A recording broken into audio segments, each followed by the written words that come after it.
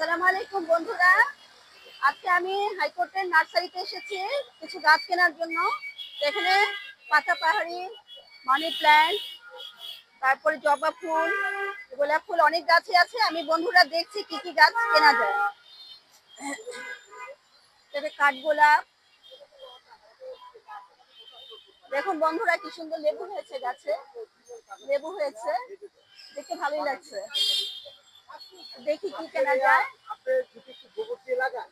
ভাইয়া palm tree বড় গাছ নেই? পাম ট্রি কোন সাইডে? আচ্ছা আচ্ছা, দেখি সামনে আছে নাকি, আসো।